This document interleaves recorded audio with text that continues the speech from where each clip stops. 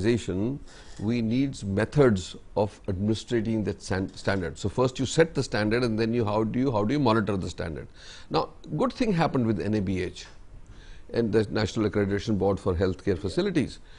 I think it's a good start. Now the only danger always is that can it be hijacked or get lost in the shuffle somewhere. So we as participants in healthcare, and knowing the fact that we need the standardization, have to keep an eye that we don't let standards of the administrating body deteriorate.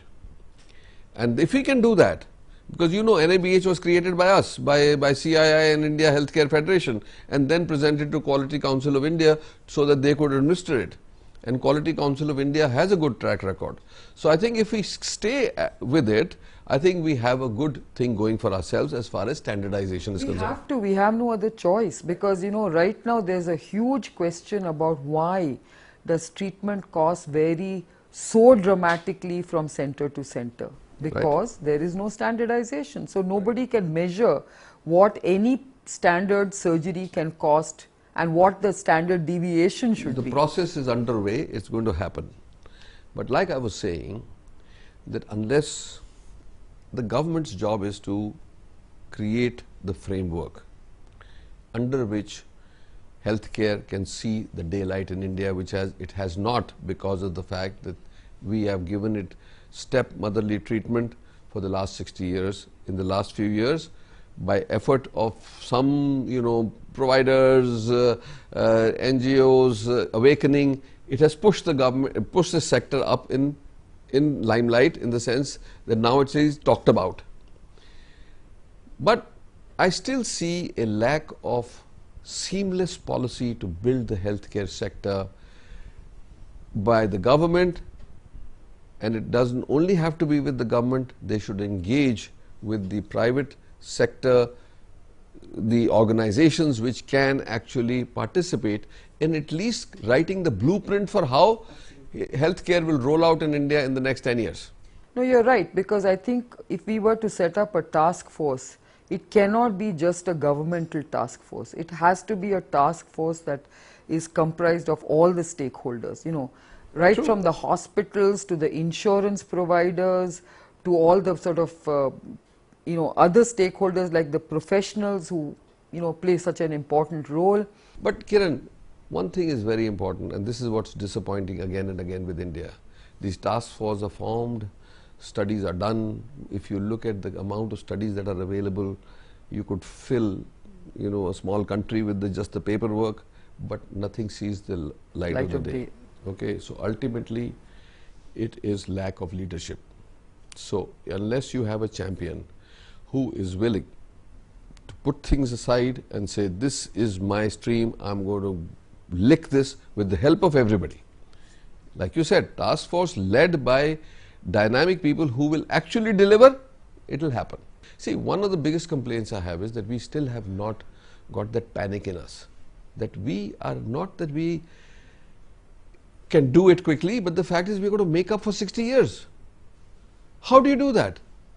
If you are a marathon runner and you took a fall and you got left behind, and you go back to your normal pace, you know where you will be, you'll never catch up. So we have to do double time. That's the point is. Every meeting you go to say, okay, next meeting will be 3 months. 3 months, the whole 3 months, the world will move on. Why not tomorrow? Yeah.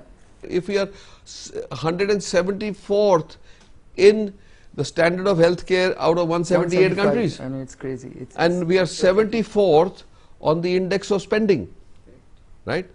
We are late in healthcare. We are late in education. God's grace, everything has come into the forefront today. Now let's run with the ball. So let's look at it together. There is no government, there is no private sector, there is India. If we look at it, that we are all part of the same marathon, we shall be able to run it better.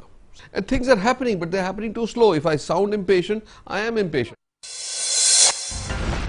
Over the last decade, crucial policy matters like drug price control, regulations on clinical trials and fake drugs have seen very little government action, reflecting the general apathy towards a basic human right.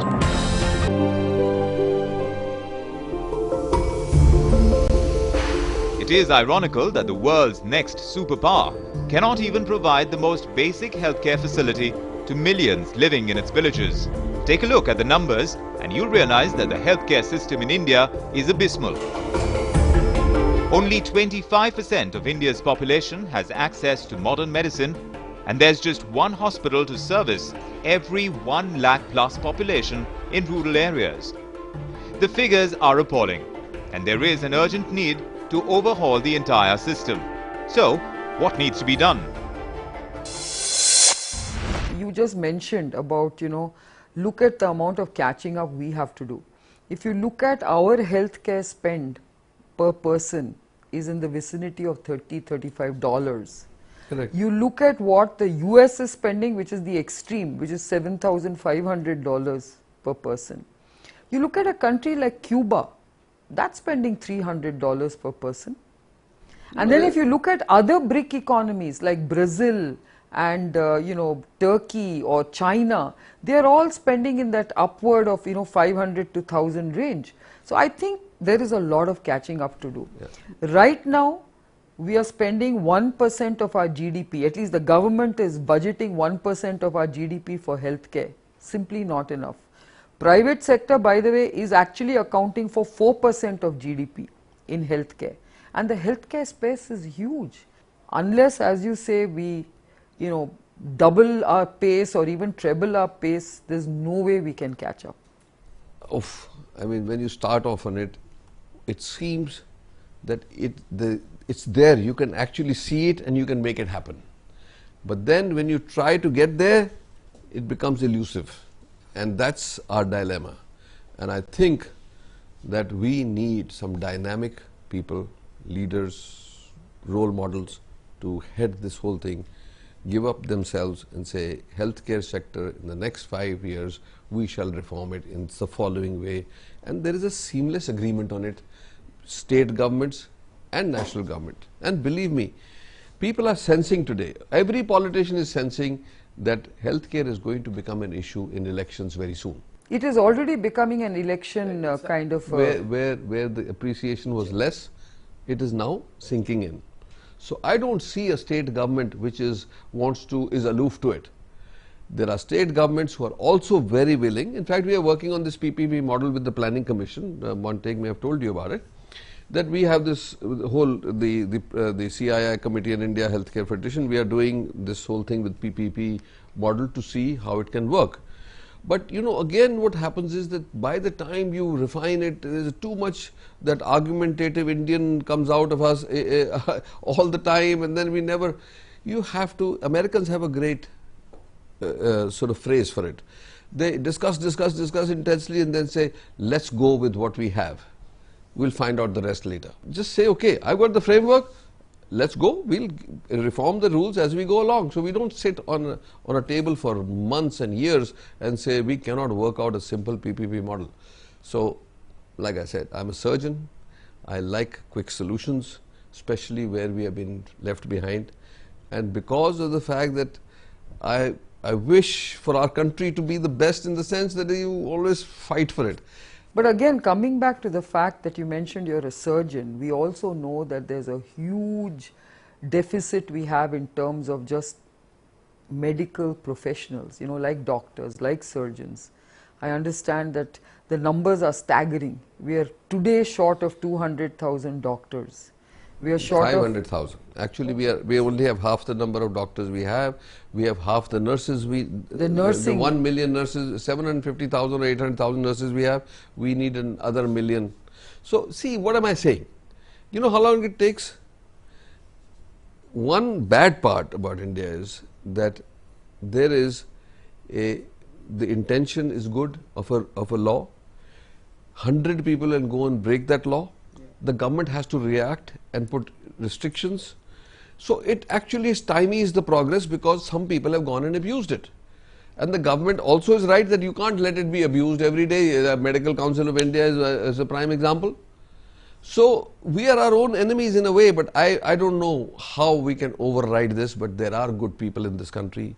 If we hand them the ball to say run with it, I think they can. But the process sometimes of choosing the people who are going to be running with these things is It's also too slow. quite. I wish in the next 5 years we could change this whole scenario and be proud of our healthcare system.